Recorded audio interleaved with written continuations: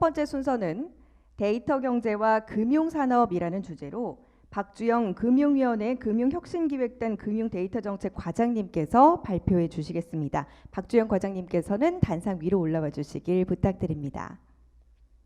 박주영 과장님 소개를 잠깐 해드리자면요. 금융위원회 가계금융과장 그리고 이제 금융소비자정책과정을 역임하셨고 현재는 금융위원회에서 마이데이터 관련 정책을 직접 다루는 금융데이터 정책과장을 맡고 있으십니다. 마이크 넘겨드리도록 하겠습니다. 네, 잠시 마스크를 벗고 발표를 하겠습니다. 예, 안녕하십니까? 금융위원회 금융데이터 정책과장 박주영입니다. 네, 사람들의 미래에 대한 상상력이 굉장히 풍부한 것을 알 수 있습니다. 저 어렸을 때 저 영화를 많이 보셨을 텐데요. 뭐 백투더퓨처라는 영화를 보셨을 겁니다. 그 영화가 나온 게 1985년입니다. 그 백투더퓨처에서 30년 전과 30년 후로 왔다 갔다를 하는데요. 백투더퓨처에서 갔던 미래 그 30년 후가 2015년이라는 것은 참 놀라운 일입니다. 6년 전입니다. 그 백투더퓨처 2에서 2015년에 어떤 일이 일어날 거라고 예상을 했냐면요. 자동차가 날아다닐 거라고 예상을 했고요. 틀렸죠. 그건 틀렸습니다. 근데 무인 자동차가 나왔습니다. 그리고 결제를 지문으로 할 수 있는 게 나왔습니다. 굉장히 신기한 일이었지만 지문으로 결제하는 다양한 인증 수단이 발전하고 있죠. 그래서 사람들은 상상하는 것을 언젠가는 이루어내는 것 같습니다. 그 부분이 제일 잘 구현되는 부분이 데이터의 영역인 것 같습니다. 데이터나 마이데이터 관련해서는 이제 뭐 2010년대 후부터 굉장히 많은 상상력이 발휘가 됐습니다. 어떤 일본 사람이 쓴 책인데요. 세기말 하몬이라는 라이트 노벨이 있습니다. 거기는 사람들이 자기 손목에 어떤 칩을 심으면 자기한테 가장 최적화된 음식, 최적화된 의료, 그래서 최적화된 헬스케어를 받게 됩니다. 그래서 자기 그 평생을 건강하게 살고 또 수명이 연장된다는 이야기입니다. 지금으로 말하면 의료 마이데이터입니다. 그런 의료 마이데이터가 이제 출범을 하기 전에 제일 먼저 출범한 영역이 금융 쪽의 마이데이터입니다. 금융 마이데이터를 기점으로 지금 현재 의료나 유통 그리고 공공 마이데이터까지 다양한 영역의 마이데이터 서비스가 지금 이제 제공되고 있습니다. 오늘은 제가 데이터 경제와 금융 산업이라는 주제로 말씀을 드릴 건데요. 금융 쪽에서 먼저 데이터의 혁신이 어떻게 일어나고 있는지 그것을 말씀드리겠습니다. 그리고 그 전에 데이터에 대해서 시장이 어떻게 보고 있는지를 말씀드리겠습니다. 첫 번째 데이터 경제로의 전환 속도입니다. 왼쪽 그래프는 지역별 연평균 데이터의 증가율입니다. 중국이 41.9%로 가장 앞서고 있습니다.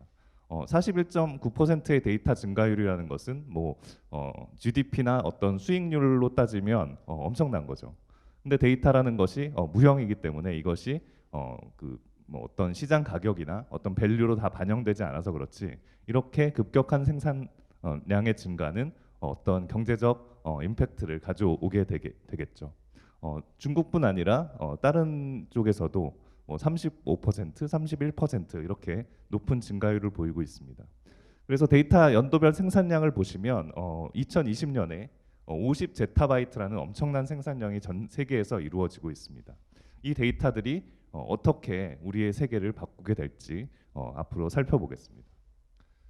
데이터 산업 규모는 아까 말씀드렸듯이 아직 작습니다. 이게 경제적 효과로 다 드러나지 않았습니다. 그래서 GDP에서 차지하는 데이터 산업의 비중은 제일 큰 나라가 이제 미국입니다. 미국도 GDP의 1%에 불과합니다. 그런데 반대로 보시면 이 데이터 기업의 시가총액 비중은 전 세계적으로 23%에 달합니다. 어떤 걸 의미하냐면 아직은 데이터 산업이 GDP에 미치는 영향이 작지만 시장은 데이터 산업의 발전 가능성을 무려 23배나 높게 평가하고 있다는 것이죠. 이렇게 데이터 산업이라는 것은 성장 잠재력이 매우 큰 산업입니다. 데이터 산업의 특징, 4차 산업혁명의 특징을 세 가지로 우리가 볼 수 있습니다. 첫 번째는 혁신에 의한 성장입니다. IBM의 CEO는 데이터를 21세기의 원유라고 이야기를 했습니다. 이제 원유라고 말하는 것은 하도 많은 사람이 말해서 클리셰 같이 되었습니다. 빅데이터가 미국의 생산성 효과를 증가시키는 것을 맥킨지가 분석을 해봤는데 2020년까지 연간 3,250억 달러 이상의 GDP에 기여할 것으로 예상을 했습니다. 혁신 성장뿐 아니라 데이터 산업의 발전은 사회를 공정하게 만듭니다. 왜냐하면 이전에는 데이터라는 것이 특정한 주체에게만 집중이 되어 있었습니다. 예를 들면 정부가 데이터를 많이 갖고 있었죠. 또한 금융기관들도 은행을 중심으로 많은 데이터를 갖고 있었습니다. 신용카드 회사들도 많은 데이터를 갖고 있었죠. 이것이 데이터가 전체 국민에게 전체 사회에게 개방되는 경향으로 바뀌고 있는 것입니다. 그래서 국가들도 열린 정부 오픈 데이터 정책을 통해서 데이터의 공유와 활용을 촉진하고 있습니다. 그리고 이런 데이터가 오픈됨으로써 기존 비즈니스 영역이 이렇게 해체되는 것을 볼 수 있습니다. 말하자면 이 데이터를 갖고 있어야만 할 수 있는 업이 있었는데 데이터가 열리면서 그 업을 다양한 사람들이 할 수 있겠구나, 나도 이거 할 수 있겠는데 하는 사람들이 생겨나는 것입니다. 그래서 새로운 경쟁자들이 나타나고 그 경쟁이 또 좋은 효과를 긍정적인 효과를 나타내고 있습니다. 세 번째로 가장 중요한 것은 이런 데이터 산업의 발전은 많은 일자리를 창출한다는 것입니다. 미국에서 보면 데이터 사이언스 분석에 관한 직종 수요가 2017년에 36만 개에서 20년에는 272만 개까지 늘어날 것으로 보고 있습니다. 요즘에 이제 학생들의 직업 선호를 보면 데이터 사이언티스트를 하겠다는 학생들도 굉장히 많이 있습니다. 저희 이제 아이들 그 직업 선택하는 난이 있는데요. 그 선택을 할 때 그냥 아무렇게나 쓰는 게 아니라 이제 직업 분류표에 있는 이제 직업을 써내야 합니다. 그 중에 데이터 분석가라는 직업이 있습니다. 그 직업에 대해서 아이들이 굉장히 많은 선호를 보이고 있다는 것도 알 수 있습니다. 데이터 활용에 따른 금융산업이 어떻게 혁신이 되는가, 어떻게 포용적으로 바뀌는가에 대한 장표를 하나 만들어봤습니다. 왼쪽 표는 그 중남미의 메르카도 리브레라는 회사입니다. 이 회사가 자신이 이제 판매한 주문 정보를 가지고 그 회사들 그 주문 그 상거래에 참여한 기업들의 신용도 그리고 상거래에 참여한 개인의 신용도를 평가하는 방법의 결과를 보여준 것인데요. 가운데 까만 선은 신용도가 좋은 사람과 나쁜 사람을 전혀 구분하지 못하는 상황이고 왼쪽 위로 올라갈수록 신용도 구분이 좋아지는 것인데요. 저 왼쪽 위에 가장 높은 선 파란 선을 보시면 주문 정보를 활용한 신용 평가입니다. 이것은 고신용자와 저신용자들을 아주 정확하게 매우 정확하게 구분해 낼 수 있다는 것을 보여주는 것이고요. 두 번째 그래프를 보시면 이것은 그 자신의 담보 가치와 대출의 탄력성을 보여주는 것입니다. 왼쪽은 그 담보 대출인 경우입니다. 담보 대출의 경우에는 담보 가치 예를 들면 부동산 가격이 올라가면 담보 대출은 늘어나게 되는 거죠. 근데 이런 경우에는 주로 대출이 어떤 쪽에 이루어지냐면 담보를 가진 사람들에게만 대출이 이루어진다는 것이죠. 그것은 어떤 담보를 가지지 않고 아이디어만 갖고 있다든가 아니면 젊은 분들, 뭐 부동산을 갖고 있지 않은 젊은 분들이 돈을 불리기가 그리고 금융에 접근하기가 어렵다는 이야기를 할 수 있다는 것입니다. 반면에 이 신용대출 부분을 보면 부동산 가격과의 탄력성이 매우 낮습니다. 그래서 이런 담보를 통한 대출보다는 어떤 데이터나 어떤 정보를 통한 대출이 좀 더 공평한 사회로 나아갈 수 있는 그리고 금융이 포용적으로 바뀔 수 있는 그런 수단이 될 수 있다 이렇게 볼 수 있습니다. 다음은 AI를 활용하면 어떤 효과가 있는지를 설문을 한 것입니다. 주로 마케팅이나 세일즈 파트에서는 리베뉴 인크리싱 효과가 있다 이런 얘기가 많이 나왔고요. 매뉴팩처링 그리고 서플라이 체인 쪽에서는 비용 감소 효과가 있다는 답이 굉장히 많이 나왔습니다. 그래서 이 AI를 활용한 데이터를 활용한 AI의 이제 핵심이 사실은 데이터입니다. AI에서 이제 중요한 것은 알고리즘 개발도 중요하지만 그 알고리즘에 얼마나 많은 데이터가 들어가 있느냐에 따라서 그 AI의 그 성능이 바뀌거든요. 그래서 이 AI를 활용함에 따라서 이런 이제 경제적인 효과가 나타나고 있다는 것을 볼 수 있고 그것은 결국 데이터의 싸움이라는 것입니다. 그러면 이 데이터 경제에서 한국의 위치는 어디 있는가를 보면 사실은 이제 우리나라의 위상에 걸맞는 자리에 있습니다. 뭐 우리나라 경제 규모가 뭐 10이다 11이다 하지만 뭐 그런 부분에다가 우리는 또 이제 데이터나 어떤 IT 쪽에 뭐 그런 것에 대해서 성질이 급하잖아요. 그래서 우리나라의 데이터 산업은 매우 높은 위치에 있습니다. 선정 결과가 한 5위 정도 이렇게 보고 있습니다. 그러면 데이터와 금융은 어떤 관련이 있는가에 대해서 보겠습니다. 금융 분야가 빅데이터의 테스트 베드 역할을 해야 한다는 것입니다. 그 이유는 크게 세 가지인데요. 금융 분야의 정보의 양과 질이 우수하다는 것입니다. 데이터들을 많이 보시면 다뤄보신 분들은 알겠지만 금융 분야의 데이터는 매우 정제되어 있습니다. 정제되어 있고 이 데이터가 틀리면 안 되기 때문에 정확하고 그리고 많은 부분이 아닌 부분도 있지만 많은 부분이 이제 그 기계가 읽을 수 있는 형태로 많이 전환이 되어 있습니다. 반면에 다른 영역 데이터들은 좀 정리가 안 돼 있는 경우가 있습니다. 뭐 예를 들어서 의료 마이데이터 이런 거를 하기 위해서 필요한 거는 이제 병원 의료 기록들이 전부 다 머신 리더블리 정리가 되어야 되는데 그런 과정이 좀 쉽지 않다는 거죠. 그래서 정보의 양과 질이 우수하다는 것이 금융 분야의 유리한 점이겠습니다. 두 번째는 타 산업과의 융합이 용이하다는 것입니다. 보건의료나 ICT, 유통업 이런데 이런 이제 정보들이 금융 분야와 결합하기 위해서 굉장히 많은 이제 결합하고자 하는 수요가 굉장히 많은데요. 이것은 이제 금융 분야 데이터가 정확하기 때문에 딴 쪽 데이터를 붙이게 되면 시너지가 크게 나타난다는 것입니다. 그래서 금융이랑 ICT 간의 M&A도 굉장히 많이 증가하고 있습니다. 세 번째는 정보 보호의 관점입니다. 금융 쪽에 계신 분들은 알겠지만 늘 그 당국의 감독을 받고 있잖아요. 매의 눈으로 보고 있습니다. 그래서 정보 보호 역시 상시 감독이 가능한 측면이 있습니다. 그래서 뭐 저희 이제 그 후에 좀 설명을 드리겠지만 금감원에서 감독하는 거 말고도 자율규제기구의 감독까지 정보 부분에서는 3중의 감독이 이루어지고 있습니다.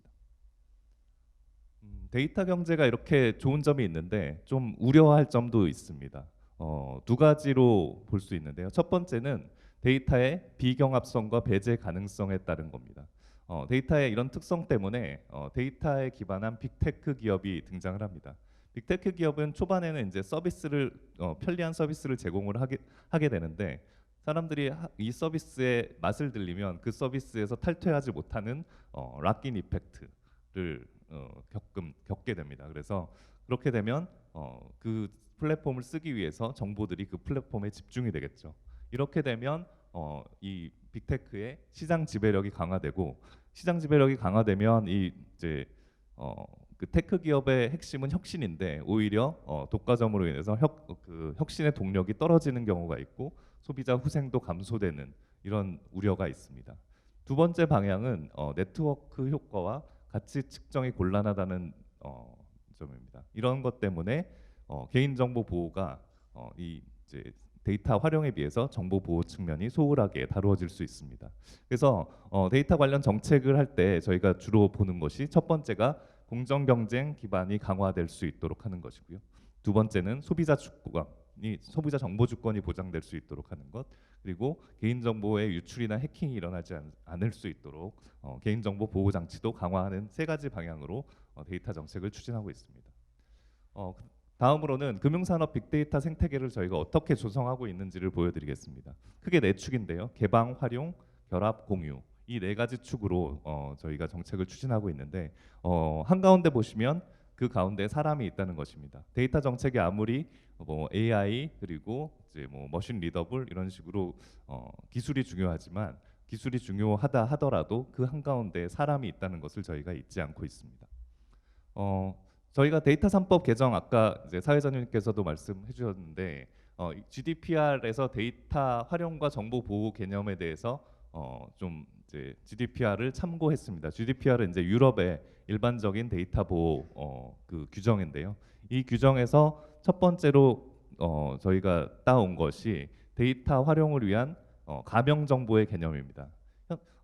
법 개정 전에는 데이터의 개념이 두 가지로 나누어져 있었습니다.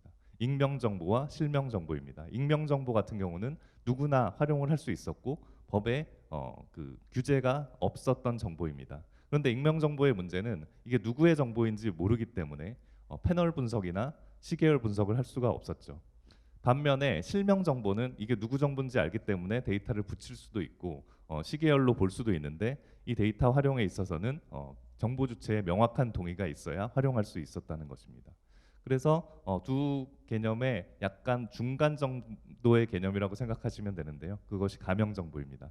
가명 정보는 이 데이터가 누구의 것인지는 알 수 없게 만들었지만 그 데이터에 어떤 꼬리표가 있다는 것입니다. 예를 들면 이제 저 박주영의 데이터가 있으면 그 박주영이라는 것을 뭐 ACBD 뭐 물음표 이런 식으로 바꿔놓는 거죠. 그러면 이게 제 정보인지는 아무도 모르지만 그것에 대한 시계열 분석이나 패널 분석을 할 수 있게 되는 것이죠. 이 개념을 GDPR에서 가져왔습니다. 두 번째는 정보 보호입니다. 정보 보호에서는 자기 정보의 결정권을 강화하는 차원으로 접근을 했습니다. 첫 번째는 프로파일링 대응권입니다. 프로파일링 대응권이라는 것은 내가 나의 정보가 어떤 이제 기계적 처리가 이루어지면 그거에 대해서 이게 왜 이렇게 됐는지 뭐 설명해 달라고 할 수 있고 잘못됐다면 바꿀 수도 있는 권리이고요. 그다음에 개인정보 이동권은 나의 정보가 특정한 플랫폼에만 모여 있는 것이 자기는 좀 마음에 안 든다. 딴 데로 옮겨 쓰는 게 편하고 내가 그렇게 하고 싶다라고 요청을 하면 내 정보를 다른 플랫폼으로 옮겨줄 수 있는 정보입니다. 예를 들어서 설명을 드리면 프로파일링 대응권입니다. 어떤 이제 사람이 보험료가 왜 이렇게 산정이 됐는지 궁금합니다. 근데 보험료 산정이라는 것은 내 정보가 보험회사에 이제 그 시스템에 들어가서 그 자동으로 이제 기계적으로 산정이 되는 것이죠. 그 산정에 대해서 불만이 있을 수 있습니다. 그러면 왜 이렇게 산정이 됐나요? 물어보면 주행 습관을 분석을 했는데 이 부분이 조금 틀렸습니다라고 답이 나오면 보험료를 이제 좀 변경해 줄 수도 있고 그리고 이제 그 나의 또 한 가지는 나의 주행 습관에서 이런 부분을 좀 주의하면 보험료가 내려갈 수 있겠구나 하는 정보도 알 수 있어서 이제 도움이 되는 것이죠. 두 번째는 정보 이동권입니다. 정보 이동권은 고객이 예를 들면 그 보험사에 내 정보를 다른 플랫폼에 말하자면 마이데이터 회사에 넘겨주세요라고 요구를 하게 되면 그 정보가 보험사에서 이 플랫폼으로 넘겨집니다. 그러면 이 마이데이터 플랫폼은 그 정보를 가지고 개인에게 그 정보를 여러 보험사에 있는 정보를 모아서 보여줄 뿐만 아니라 그 정보를 분석해서 나한테 가장 맞는 보험 상품도 추천해 줄 수 있는 서비스를 제공하는 것이죠. 이것이 이제 말하자면 보험사에 있는 어떤 축적된 정보를 많은 핀테크 업체들이 이용해서 사업에 활용할 수 있고 그 사업이 궁극적으로 개인들에게 도움을 주는 것입니다. 그 빅데이터 생태계 구축의 첫 번째는 데이터 개방입니다. 데이터 개방은 어떤 식으로 추진이 되고 있냐면 먼저 신용정보원에 이제 굉장히 많은 데이터가 축적돼 있습니다. 신용정보원은 설명을 드리자면 이제 은행들과 뭐 저축은행 이런 금융기관들이 다른 은행에 대출이 있는 사람들의 정보를 보는 것입니다. 말하자면 내가 A라는 은행인데 이제 어떤 사람이 대출을 하러 왔는데 이 사람이 우리 은행엔 대출이 없는데 B 은행에 대출이 굉장히 많다. 그러면은 이제 대출의 한도를 제한을 해야 되잖아요. 그렇기 때문에 대출액이 여러 은행의 대출액이 모여져 있는 곳입니다. 그러면 신용정보원에는 굉장히 많은 데이터가 축적이 돼 있겠죠. 그래서 그 데이터를 예전에는 금융기관들의 신용도 평가를 하거나 대출에만 사용을 했습니다. 그런데 꼭 요걸 그렇게만 써야 되냐라고 생각을 해보면 다른 사람들도 많이 활용할 수 있으면 좋잖아요. 그래서 그 데이터를 익명화했습니다. 익명화하게 되면 그 개인이 누군지는 알 수 없지만 굉장히 많은 데이터가 생성이 되는 것이죠. 그 데이터를 220만 개의 개인 신용 정보를 연구자들과 핀테크 기업들에게 개방을 했습니다. 신용정보원에는 개인 신용 정보뿐 아니라 개인 사업자나 기업 신용 정보도 있고요. 또 보험 신용 정보도 신용정보원에 있습니다. 이런 것들을 익명 처리해서 신용정보원 그 분석 시스템이 있습니다. 크레딧이라고 부르는데요. 거기 들어가면 그 정보의 바다에서 이렇게 재미있게 놀 수도 있고 연구도 할 수 있는 그런 세계입니다. 이런 것들을 먼저 신용정보원에서 출발을 했고 금융결제원에서도 이런 비슷한 시스템을 만들었습니다. 금융결제원의 정보는 독특한 정보인데요. 신용정보원의 정보가 어떤 스톡 개념의 정보라면 금융결제원은 결제라는 플로우 개념의 정보거든요. 그래서 플로우 정보를 분석하고 싶다 이러면 금융결제원의 데이터 개방 시스템에 들어가시면 됩니다. 이것은 전부 익명 처리를 했기 때문에 개인정보 유출의 위험이 없고 그 다음에 그 시스템 안에 들어가서 분석을 하고 분석 결과만 가지고 나오는 것이기 때문에 정보의 유출이나 해킹의 위험이 전혀 없는 상황으로 이런 것들을 운용하고 있습니다.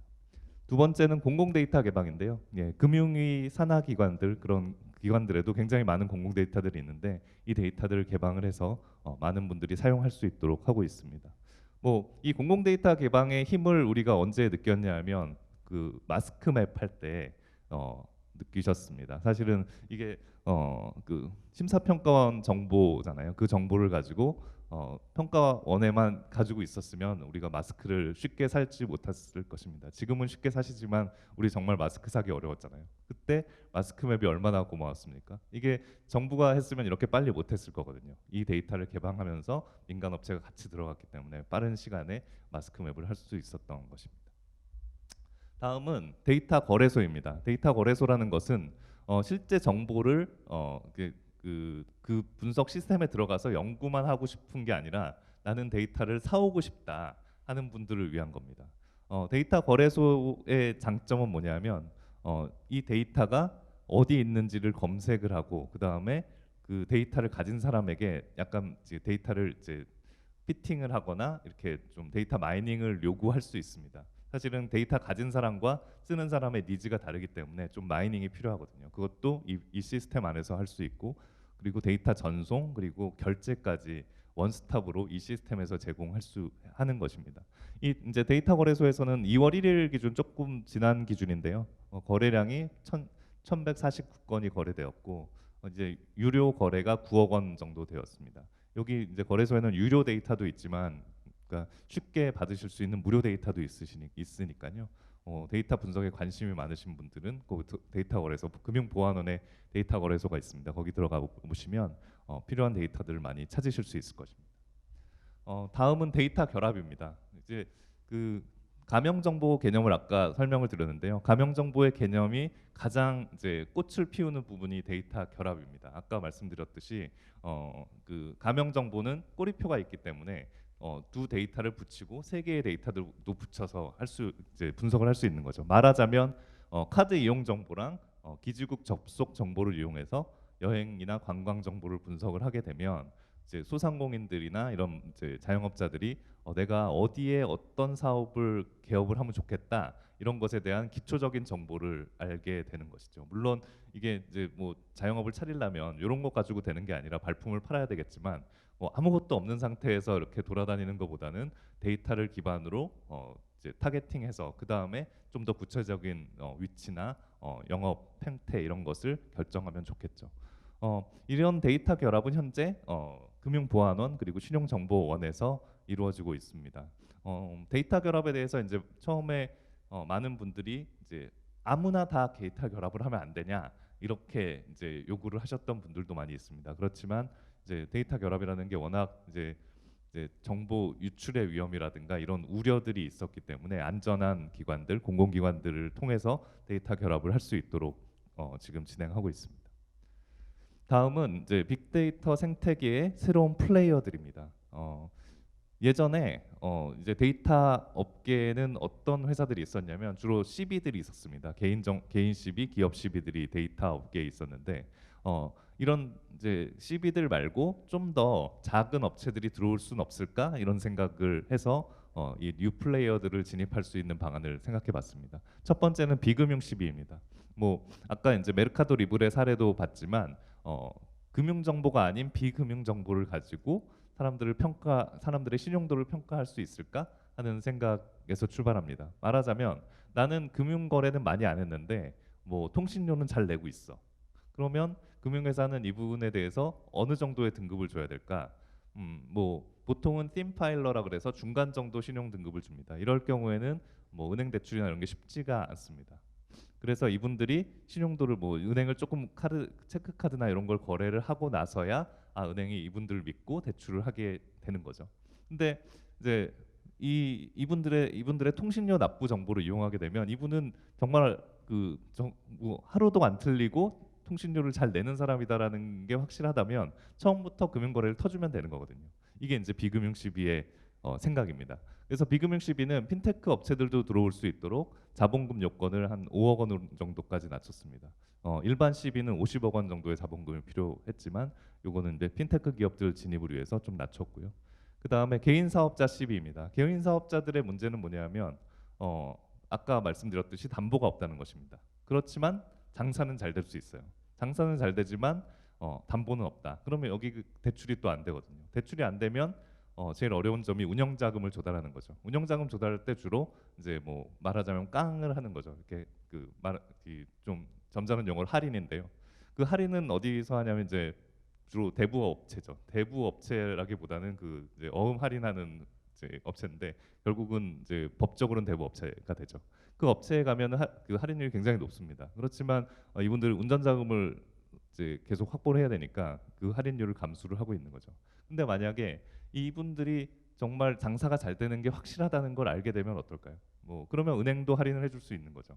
은행이 할인을 해주면 그 이제 금융기관만 넘어서도 이제 금리는 굉장히 많이 떨어지는 거죠. 그래서 이게 이제 개인 사업자 시비입니다. 그럼 개인 사업자들에 대한 정보를 누가 많이 가지고 있냐를 생각해 보면 신용카드 회사들이 제일 많이 가지고 있지 않겠냐라고 생각을 해서 신용카드 회사들이 개인 사업자 시비를 할 수 있도록 허가를 이제 법을 바꿨습니다. 이런 이제 그 개인 사업자들에 대한 이제 평가 그리고 이제 뭐 또 이런 거 요즘에 이런 것도 많이 나오죠. 네이버에 있는 이커머스 회사들의 이제 그 영업 상태를 보고 네이버 쪽에서 좀 이제 미래에셋이랑 제휴를 해서 이렇게 이제 낮은 금리로 이제 대출해주는 그런 상품도 나왔고요. 그런 이제 것들이 데이터를 통해서 많이 확보가 되고 있습니다. 이제 데이터의 활용 쪽만 강조를 하다 보면 정보 보호를 우려하시는 분들이 항상 있습니다. 정보 보호 차원에서는 먼저 이제 국가 지정 전문기관을 통해서 데이터를 결합하고요. 가명 정보를 이제 만약에 재식별을 했다. 그럼 재식별을 하면 과태료를 5천만 원을 받게 되고 이게 고의라고 밝혀지면 5년 이하의 징역이나 5천만 원 이하의 벌금까지 맞을 수 있는 굉장히 좀 위험함도 있습니다. 그리고 개인 신용 정보 유출에 대한 징벌적 손해배상을 손해액의 5배까지 높였습니다. 그리고 개인정보보호위원회가 정식으로 출범해서 개인정보보호 가버넌스도 확보를 했습니다. 그리고 이제 동의서와 상시평가제를 설명드리겠습니다. 동의서는 여러분 동의서 보면 어떻게 생각하세요? 빨리 이제 체크하고 넘어가고 싶잖아요. 그 문제가 결국 인폼드 콘센트의 문제입니다. 내가 동의는 다 했지만 나는 아무것도 모른다. 이런 문제를 해결하기 위해서 동의서를 좀 비주얼하게 바꾸고 나의 동의가 나한테 내가 이걸 정말 동의했는지 안 했는지를 명확하게 알 수 있게 해주고요. 또 어떤 게 있냐면 요 동의는 정말 중요한 거니까 잘 보세요 하는 동의 등급제가 있습니다. 여기 보시면 빨간애 있잖아요. 빨간애는 잘 봐야 되는 거죠. 초록색 이런 동의 부분은 뭐 이제 늘 하시듯이 조금 이제 신경을 덜 쓰셔도 되는 것이고요. 그러니까 동의서를 쓰실 때 항상 두 가지인데 하나는 내가 명확하게 동의하는 것과 이게 너무 힘들지 않아야 되는 거죠. 그 두 가지를 잘 조화시키기 위한 이제 정보 동의서 개편이 있고요. 정보보호 상시평가라는 것은 이 정보보호가 금융기관이 얼마나 정보보호를 잘 하고 있는지를 이제 평가하는 건데요. 이건 3중으로 하게 돼 있습니다. 금융회사 자체 평가 그리고 이제 자율규제기구, 신용정보원 금융보안원 같은 곳에서 평가하는 거 그리고 좀 문제가 있다 그러면 금융감독원 검사에서도 이 부분을 보게 됩니다. 이제 마이데이터에 대해서 이제 오늘의 제일 중요한 주제인데요. 말씀을 드리면 마이데이터 사업의 핵심은 적극적인 정보 주권의 행사입니다. 정보 주권에 대해서 사람들은 예전에 어떻게 생각했냐면 홀로 있을 권리라고 생각했습니다.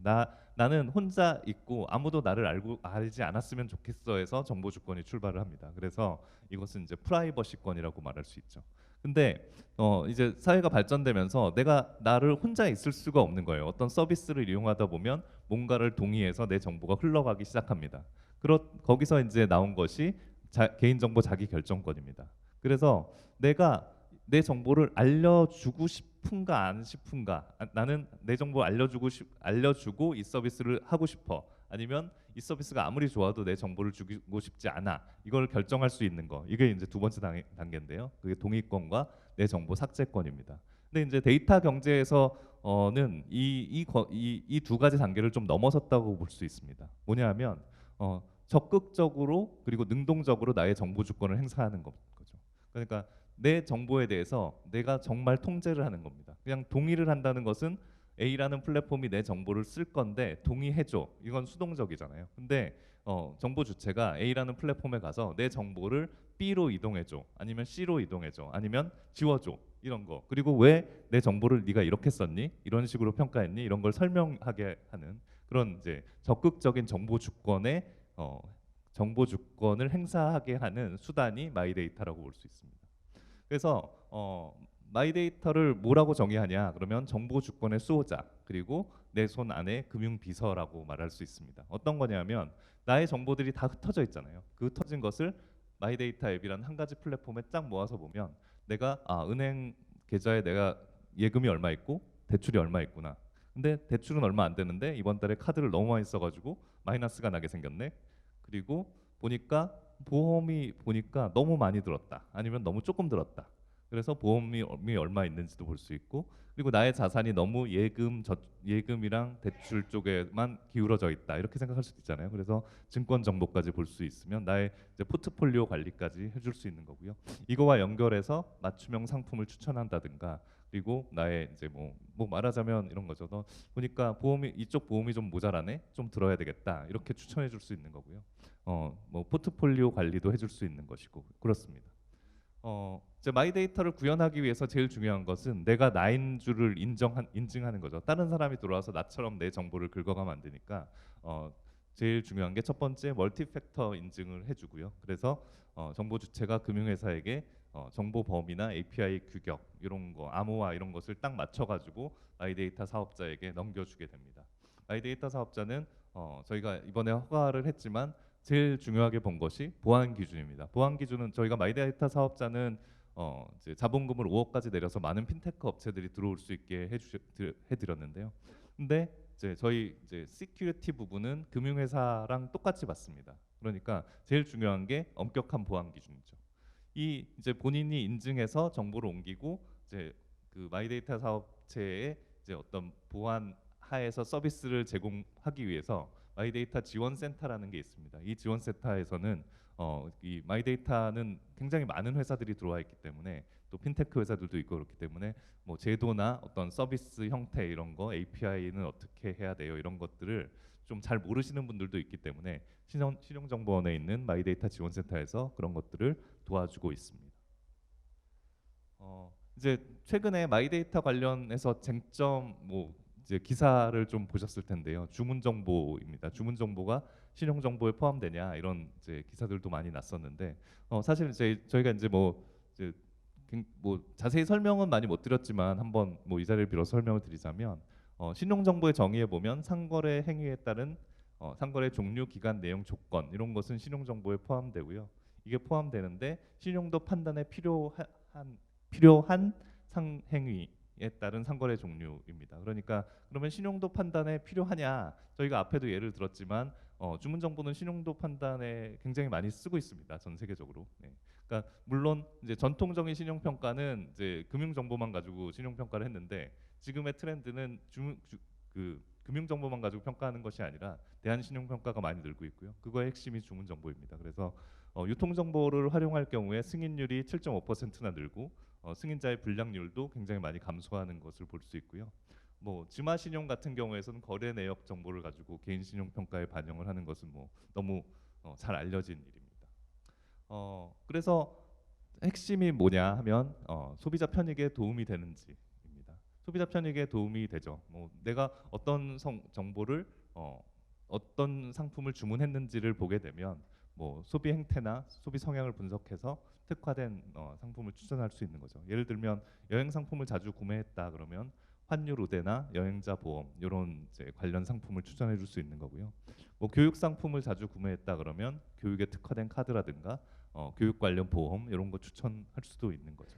그리고 이제 고정 지출 항목을 좀 보게 될 수 있습니다. 나의 지출을 보면 이 부분은 고정이구나.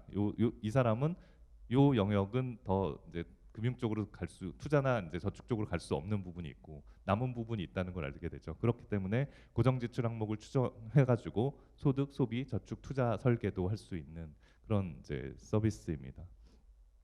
네. 그래서 이제 이게 이제 실용 정보인 것은 맞고 그리고 소비자에게도 도움이 되는데 그런 걱정이 뭐냐면 이거 유출되면 어떻게? 내가 뭐 A라는 뭐 이제 그 이커머스 회사에서 남들이 알기를 원하지 않는 어떤 상품을 샀다.